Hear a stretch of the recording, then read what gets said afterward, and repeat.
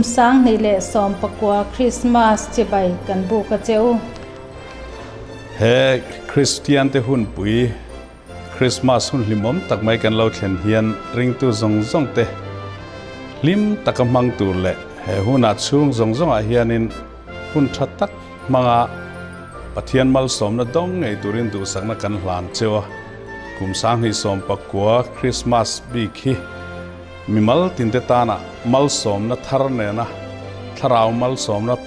le pol na thar no chan na hun lo ni se kan duwa chumi tur chuan du sakna ring tu zong zong te he kan thu thon chu lo ngai thatu te le mutu te zong zong du sakna thaber kan hlane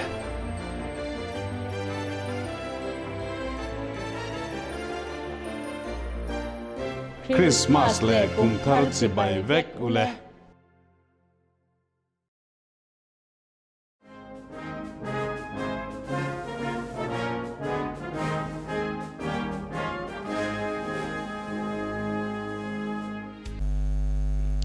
Chibai ule tunkar chunga India Eastern Territory huam chunga chandamna sipai Paul chanchin thar ilongai thlang u India Eastern Territory chuan December ni ruksang ni sompoko jang khan Bethlehem Kora Christmas Carol Service abuat seya Carol inkom hi territorial staff songsters senang kai shuaya Lieutenant Colonel Zau Than Moy Secretary for Program chuan Christmas chibai book na thu soin territorial staff band Central North Division songsters Bethlehem Vengthang Baptist Kaushan Zai Paul Bethlehem Venglai Presbyterian Kaushan Zai Paul Bethlehem YB Singing Company le H Vandal Himpui ten Zai Pathian Fakna Hun an mang he in khoma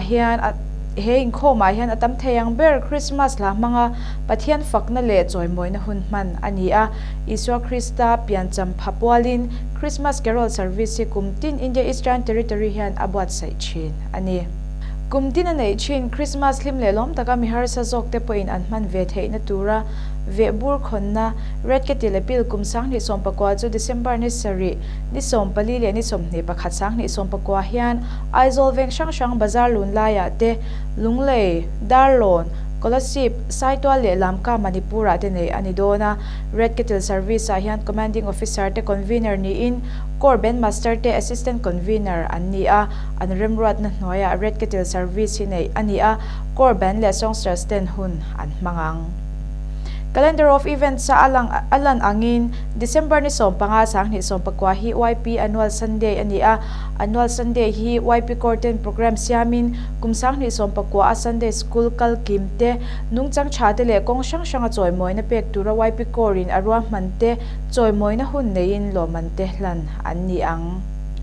Kumsang ni sompakwa Tripura University in Master's Degree course result ati chua Department of Psychology a pathum na din munlua tu ramnun sang a bethliang chip court choi moina inkhom chu December ni somparat sang ni sompako zan sipai inkhoma Territorial SAY Council buat sayin bethliang chip court anidona Captain Kero Lupuya Territorial Youth Secretary le SAY Council member te kaltura ro manna siam ani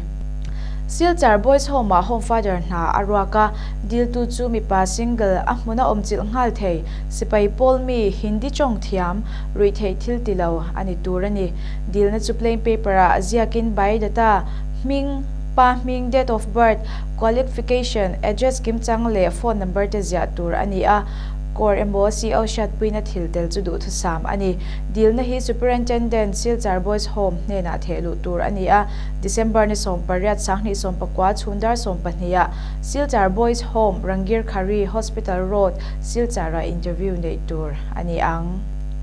Commissioner Lazam Lava Territorial Commander le Commissioner Nui Territorial President of Women's Ministry Sechuan December ni sompanga sang ni sompakwa pathian ni hian YP Hall ze mabok kor honna le pathian ne na hlan na anneyanga Territorial Commander hian pathian thucha asoyang Territorial Headquarters Officer Tentun Kar Chungin hetiang hian hun an mang Captain Kero Lupuya Territorial Youth Secretary December ni sompanga sang ni sompakwa thiang limna inkhom Ebenezer Kor YP Annual Sunday ya December ni sompariat le ni sompakwa sang ni sompakwa hian sipai inkhom le coffee night Bethliang Chief Kor Tripura a Captain Chester Rimoya Territorial Clearance Officer December ni som pathum machanga ni som panga sang ni som pakwa YP Mid Eastern Division Thingkang Phai Kora Territorial Evangelical Ministry Speaker tele an team te chuan tunkar chung khan hetiang hian rongbolna an nei Evanlal Thanza Masha Sel Bethesda team Sethlun Kor Evanlal Hak Liana Sinners Friend Nalan Kor Evan Tilal Nun Sanga Krista Pasal Cha Liliveng Kor Evan WC Lal Ding Heta Full Gospel Chortui Society Evan C Deng Ming Thanga Peniel Saitwal Kor Evan Lalman Kima Pathian Totorot Bairabi Kor Division Lamchan Chinthara chuan Central South Division a Lungphau CO Bial chuan Lungphau Kor a December ni sari achangani rat sangni sompakwa khan bial khompui hlotling takin an nei he khompui atan hian bial chung kor sang sipaiten chongain pathian an aubaka bethelte nein pathian in puan chwa theinan an chongchai ani Speaker Shanne Lavin CO le local officer ten thucha nung tak puan chhuana anneya sipaiten ti sa le tharawa mal somna tam tak andong ani he khompui ra chho atan CO quarter samhan tur syntax an le ngalbok Ralung Kor chuan panel team te roin December ni kwa chhnu achanga chanin atuk chhnu dar khathleng rongbol tu kem hlok takin anne December ni somsang ni sompako jana changin wantlang poling kem chunzom ni in tun zirtop ni khanmal somna tam tak nen an chhuaka zirtop ni jana changa inrin ni jan thleng nau pangkem bat saile ngal ani pathian in panel team te na sataka mangin kem perten ti sa le tharawa mal somna tam tak andong ani Thingsul thlia court te chuan Major Dr. ST Dula Speaker atana mangin hlotling taka kem an nei nu in follow up manchunzom ani a kholaya hne na kongzo te nein pathian ro puina pong chhokin hun an mang H Lalun fella son of H Lal Huabliana Thingsul thlia court chu National Painting Competition New Delhi ania atel ani hi state level competition a pahni na din hunlwa tu ani Central South Division chuan achhuangin hlotlin na achan ngei theinan du sakna ahlan ani Central Core LOM te chuan December ni sompakhat sang ni sompakwa khan lon chhuana nein natna in atlak buak mi pahni te hnena chanpuina anhlan Central South Division Men's Fellowship Executive Council to December ni sompahni sang ni sompakwa khan Centennial Viwa ni ani he council a hian kumthar kumsang ni somni amhalak dan turel ni in budget atan cheng noi thum sing sari sanga lungral takin an pass budget le shoi to jam hi calendar year January achanga December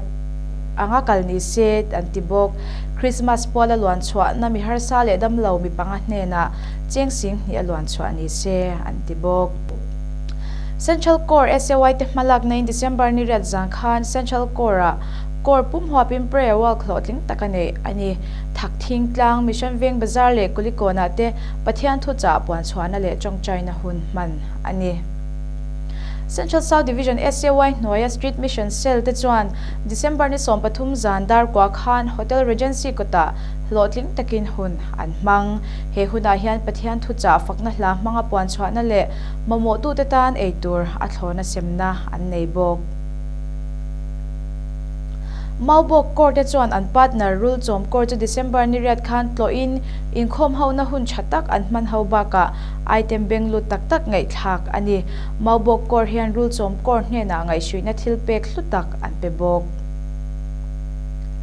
Keifang YP Court chuan pathianikal ta khan advance Christmas hlotling takin an mang he huna hian no pangten gift exchange te nein hun nuam le hlok tak an manga thochen ni December ni ko zan khan Keifang COBL SAY Council bot sain Keifang Kora advance Christmas man ani bok item chatak tak kor shanga changa ngai thak ani baka gift exchange te nein hun chatak an mang December ni sompakwa sang ni sompakwa thleng Central South DHQ office hon ani anga December ni somni sang ni sompakwa changa January ninga sang ni somni thleng office chol ni in DHQ office hi khar ani ang kumthar January ni ruk sang ni somni achangin DHQ office hon le ani anga office khar chung hian poimo le chulbik thila chuan DC dor theireng ani ang Central North Division a chuan January ni khatsang ni somni achanga kor cadet zirchan turin mi zahni somli pathum te chu DHQ chuan kor cadeta apum thara he pum na thu hi December ni som pathum sang ni sompakwa khan ati chuak kor cadet ni tura dil na hi zahni somruk pathum aluta mi somni panga te chu kumlama anlano pandeu avangin le chazo ka kor cadet anzir huna anzir theinan an dil na hi pomri lo ani kumsang ni sompakwa ta na YP annual Sunday to December ni sompanga sang ni sompakwa thiang lim nei khoma korle society te chuan an mangdona kumsang ni sompako chunga YP kor rongbol na report na hun nein loman chi shang te an semang division YP council te buat sai bible char chuak te hne na loman ata na buat sai bible mi somni pathum hne na sem ani ang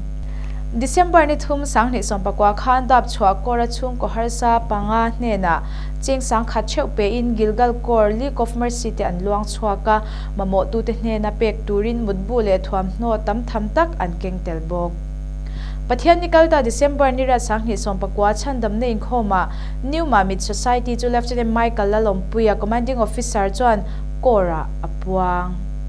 New Mamit Kor Home League te chuan December ni som jang khan Home League inkhom kharna nein inkhom bana prayer walk an nei ani November ni som thum sang ni som pakwa khan dap chua YP te chu Salvation Army ni phung chi shang baptisma le sacrament si pai polina mandan le pomdan te zirtir na hun man ani a hemi huna hian commanding officer Lieutenant Lalrad Moin zirtir na pe in nilengin he program himman ani Durtlang Court chuan December ni soma changa ni sompali sang ni sompaka chung khan pujelal thanglia na speaker a mangin gospel camping an neya camper ten pathiang khoinon na changin hun chatak an mang December ni li achanga ni rat sang ni sompaka chung khan chonpui kor aizol ten evanlal ne kimi speaker a mangin crusade an nei ve bok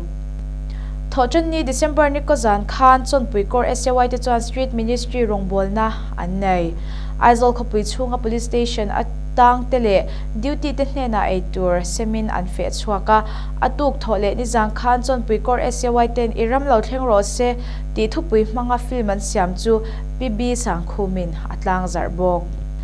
nilai ni jang khan chon puikor ten nu champwal kerol kor chunga an neya durtlang kor SAY te po in chan hai pualin kor a sipai in shanga kerol an nei Tuidam core member sompanga te chuan serthum khwa Tripura a biakin sa in workem anneya biakin himoi taka sakzo ania heti lai hian workem akalte hi CAB dulo na lantir na avangin anlaron hot heilo ani Tuidam core biakin chung rongmoi taka noizo ania tunlai hian compound hung na lungrem na thomek ania tin biakin pan na kong blacktop na PWD10 an thokmek bok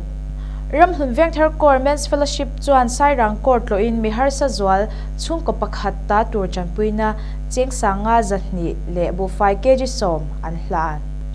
Southern Division a chuan December ni som pahni sang ni som pakwa khan lunglei se thlun kora officers council nei ania he council hi major ram liana DC chuan kai shwain zingdar soma chan ania bialtina si aute ankal kim chle a tlaidar rugle chan via council hi zo fel ani bialtina si aute rongbol na report ngai thak ania chhnu session a agenda paruk mangaro rel ni in kumsang ni somni atan machhop lian tak tak action plan somni siam ani bok tlailama athleng tu se thlun korten zanria anbat sai sakil ho ngal ani hemi huna hian census le inspection nei ani bok Southern Division chunga rongbol na mason na ro pui tak tak te awangin pathian mal somna andong na sahle ani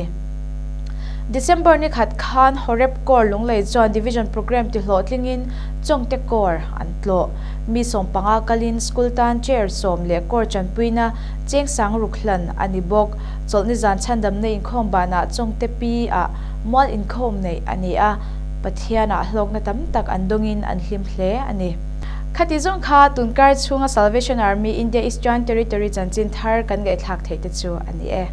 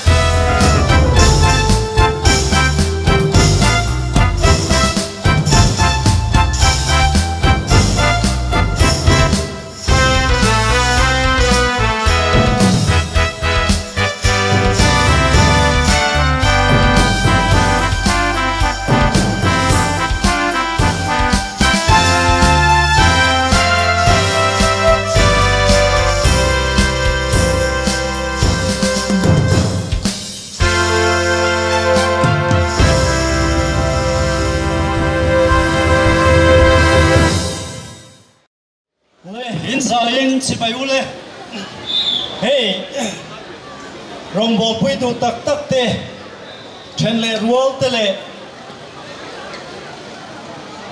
kan minister zom tak mai kuroba tu moi roi te te territorial headquarters sayo in si bai kan lo buk chewani red kettle kick off program tuna hian kan han mang chun zom na langa tun huna hian red kettle kick off kan han man mek lai hian nikuma khan red kettle appeal kaltlanga tholom kan mu kan han sem chuale te hi cheng nuai thum le sing ruk ania mi mal te le pol chan pui ngai te nen mi som li le pani nen a hian nuai thum le sing ruk hi sem chua vek ani chuan tun huna hian hei helai Millennium Center 12 zol tang kasum tam tak senga lo hire tu te suzain te hianin he mun hi kan manatan min lo zuwa sakawang hianin an chunga lom thu kan soya an sum dom na te an dor te kharin kan tan min lo pe ka wang hian an ne na lom thu thinlum takin Salvation Army chuan kan soya ni tin Millennium Center thunei tu ten kuntin main hetilai 12 zola hian kan chet vel min phal sak thrina an chunga lom thu kan soya tin lo dor pui local council te ne na po hian lom thu kan soi bok ani tin kan lom thu soi le na chu Aizol district borsap deputy commissioner office in red kettle appeal khopui chunga kan nei min remti sak thrina mun thrang thranga voina tanga ni som ni le pakhat thenga he appeal kan kal pui theina turata na remti na min pe ka wang hian borsap le a tho pui te chunga po lom thu kan soya chuan tun huna hian chong rin na te kan ba mo thrina pumala sailo chaltlang kor in heng a sound system te min ron chop chua sakawang po hian a chunga lom thu kan soya ni tuna chuan territorial staff ben te kan somanga nin remoin ron tumzo nuwa hian he red kettle kick off min nei sak turin purabat roboy roi te kan minister zom alo ding sok ve halang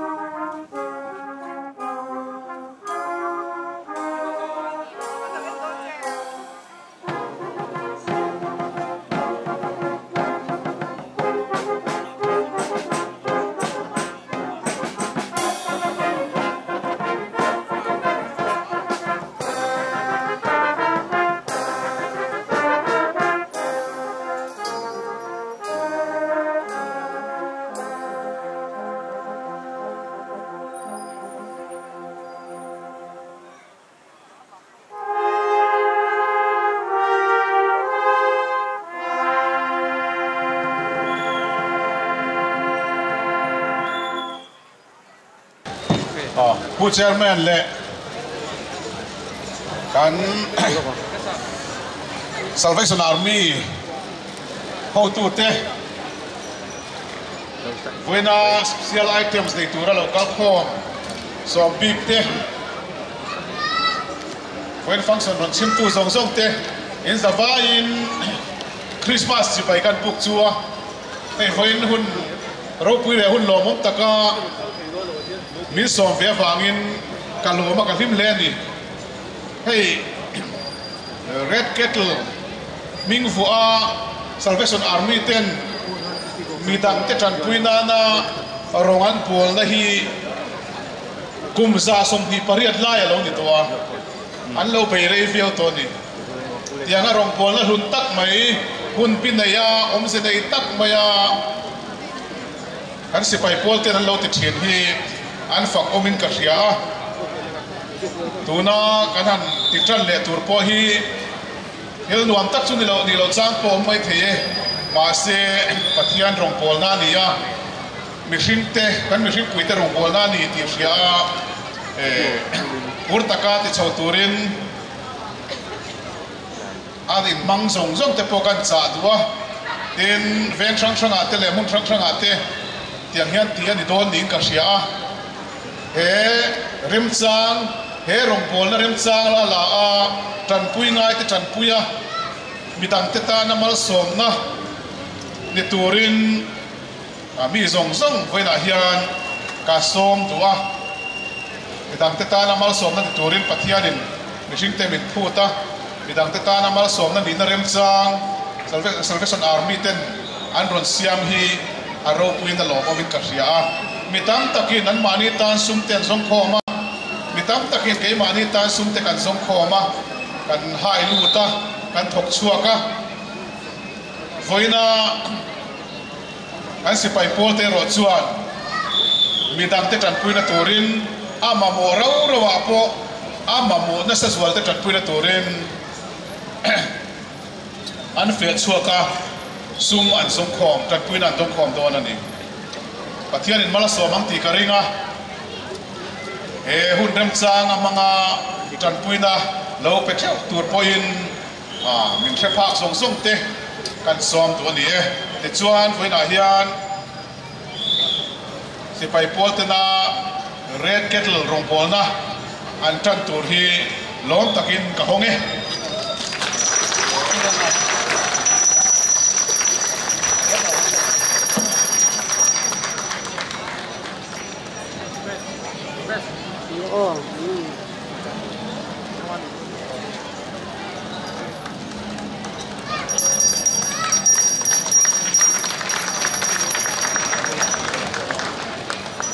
le kan khol lian purabat ro moi roi te chunga lom thu kan soya tuna chuan commissioner nui chong trai na nei turin kan so manga a chong trai so huna hen heng bom hi khut lam kila le het lai kil rem changa in lo hung chuak to don nia pathian ne nei chong trai u lalpa kan pathian tun huna hian hun dang lam tak pai chan dam na sipai pol India Eastern Territory red kettle kick off hun kan long mangta he hun amin suai na te vai he na lom thu kan sila che lalpa tun huna hian kan minister zo om tak pu robat romoya awang pon he na lom thu kan sila che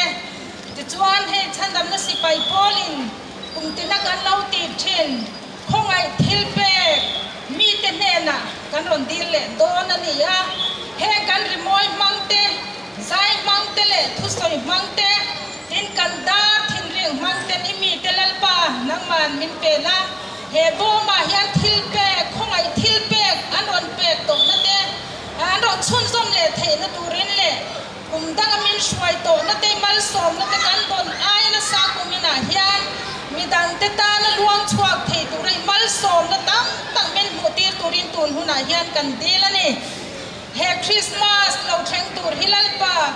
mitin reng te ta na lom na le him na ni thei na turin thom na nei lo te ei tu nei lo te he na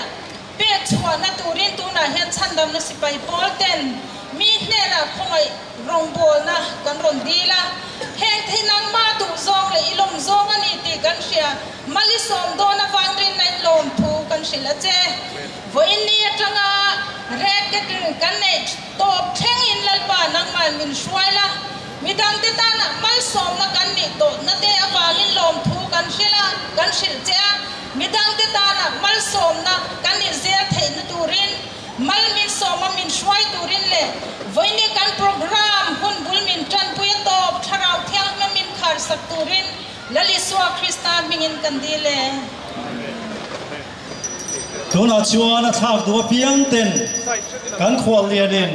min ki gop sak to wangin kan thak chun som thei toang mani rem cha lam hum mun da chang khan nula lim limi lo so ma ho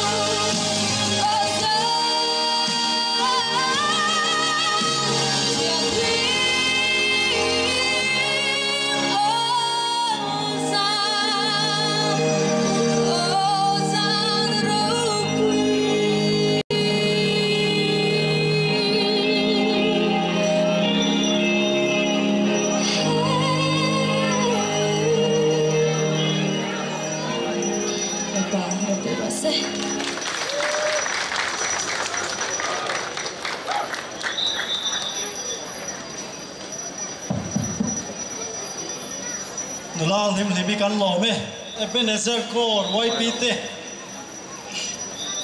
timbrel display nei turin lo chuang hal sela achage kalau buat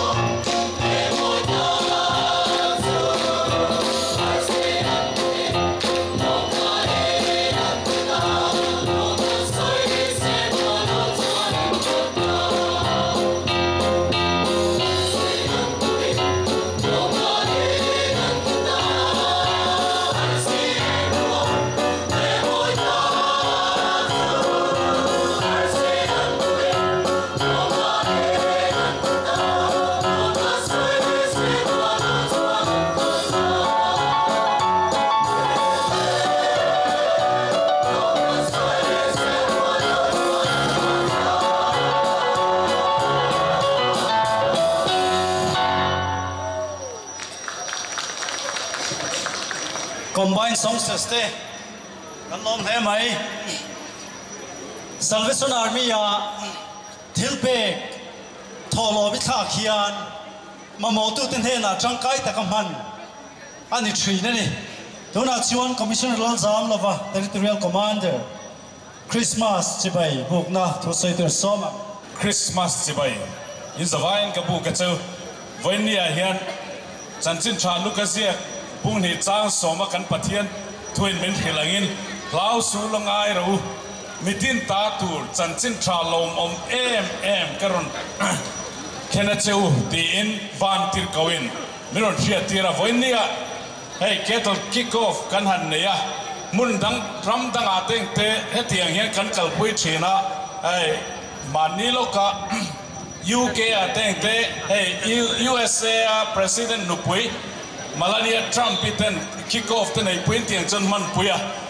keni poi ram da kanom veto thina Philippines le la teng te chunga chuanin khovel puma mall lianan soi pali khovel a mall lianan soi palina anen the mall of Asia muna teng te kick off te kan lo mang veto thina sitiang chuanin hetiang hi mun khovel mun rang ra ram rang ra harasa zok ten mi van duai zok tena Christmas lim takan man theina turatan Christmas nia te Christmas hamper antia a pek na tak te an lo don theina turte tin chen kha chuanin Christmas gift changa no pang engani present don vet tur nei lo tena an lo don theina turatan ate chutiang chuan ruang man ani thina voinia po hianin keini in the Eastern Territory chandamna sipai te po hianin chutiang chuanin harsa zok te van duai zok te lim taka Christmas nin man ve theina turatana kettle kick off kan buat saini ani china khanin kan program secretary khanin aron soitoa nikum lama kan man teng te po kha dam do in franga poor fanatana te pe in dam lo ten Christmas nia lim taka an lo man ve theina turatana hospital administration tena ruaman lanu siam theina turin Sinot hospital ate ten heng kan sarkar hospital ho ate ten 7-day Adventist hospital ate te ten khanin mun frang kan lo petin chu mai ba ka chuan harasa zual big YMA tena an lo than chua veng big ka yang chuanin kan kal chuak bok chu mi tene na chon tran puina te pe kan nia mun khata kan kalna chon katel vena chuanin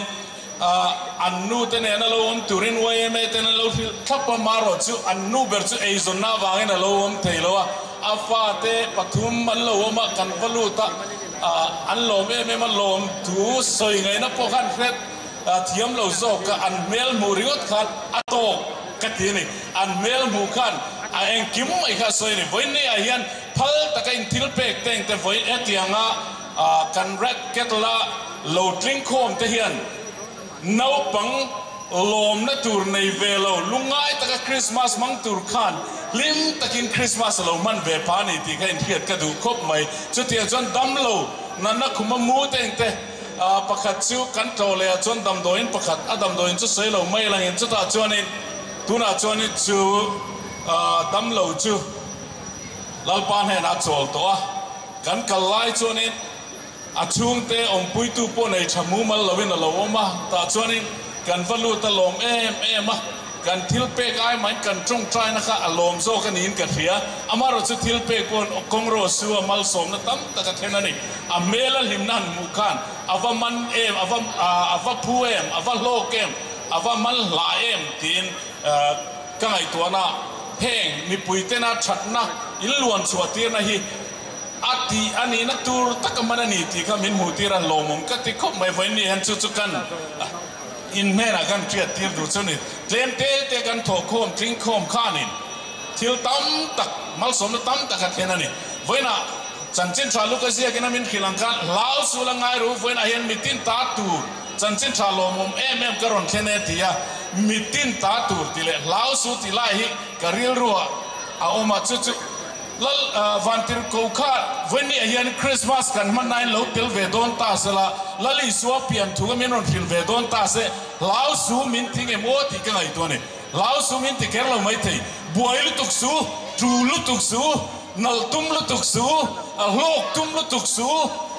chu tiang chen min ron ti mai o mangai o tin ka ngai tua wen ni a point ke ni po hian lali so krista kan ta na lo piang a hi Berampu te chuan a chan chinan an hriat khan engan an mu khan an hlau ta ke ni hura hi chuan lo te kan lo hlau palanga nuam lu tu ka man lo te kan hlau palanga chunga tang chuan voin ni a hian in ti filim angu he lali so krista local christmas a local a hi itana nia katana nia rui deu che cho lo po han isala itan thomani nia o mang cha the lo re theina wanga luam lo tur niangai po kan itan thawania house ataka nuam tin reng tol tula in buat saya anuam ma pian zong tan po kan itan thawani e voinia hian mitin ta tur chanchin thalomum em la lison mit peki kan tan ani kan tan ni hi I hiain ke mari tana kan chan vowa ilain ama chui somangu ama hi kan nena lo thing vesela kan nena lo pian ro se lo pan kan san mal min som ro se Commissioner Lal Zam Dong Chung Alom Thu Kan Soya Territorial Staff Bente Lo Soma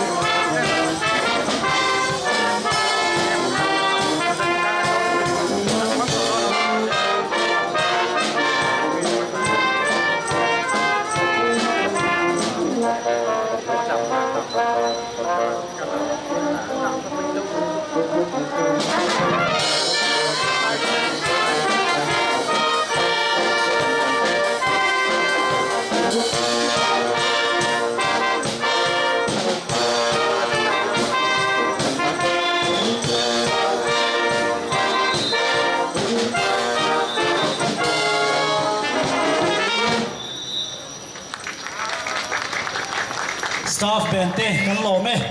Dona Chuan YP Vivacon Korte Worship Dance Naitorin Lo Soma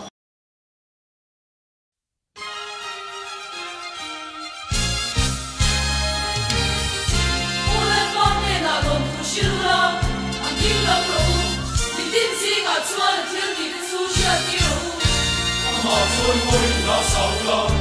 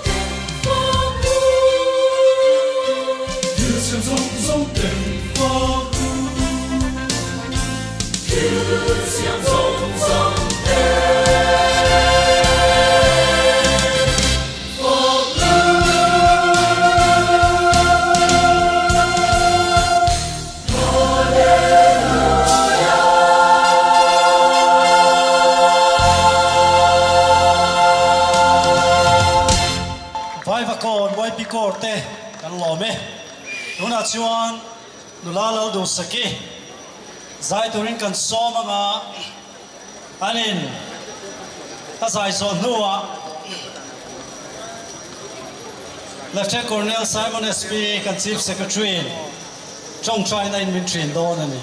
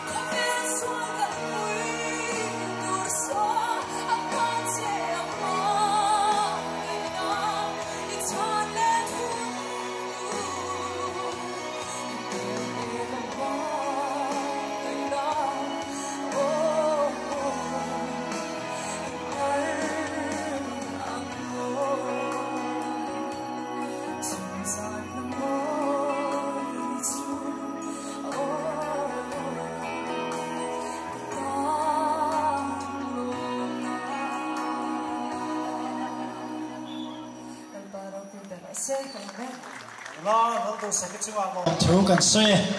hey nak tu ka chang hian ai zong khopui